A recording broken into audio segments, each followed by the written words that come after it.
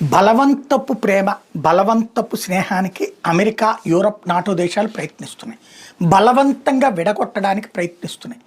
సుదీర్ఘకాలపు భారతదేశపు అవసరాలు, అమెరికాని నమ్మలేనితనం, యూరోపియన్ యూనియన్కి నిలకడలేనితనం మనల్ని రష్యాకి చేరువు చేసింది. రష్యాని ప్రేమించేలా చేసింది.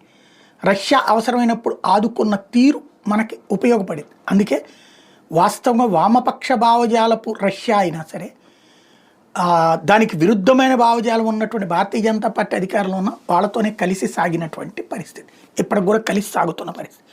ఇప్పుడు ఆ రష్యా నుంచి విడగొట్టడం కోసం వీళ్ళు చేస్తున్న ఆంక్షలు ఏంటంటే, ఏదైతే భారతదేశంలోని రిఫైనరీ మీదన యూరోపియన్ యూనియన్ శాంక్షన్, ఇప్పటికైనా రష్యాని వదిలేయండి, రష్యా దగ్గర నుంచి ఆయిల్ కొనద్దండి అని చెప్పేసి, అంటే మన మీదన వేధింపులు అన్నటువంటి పతాక స్థాయికి వెళ్తుంది.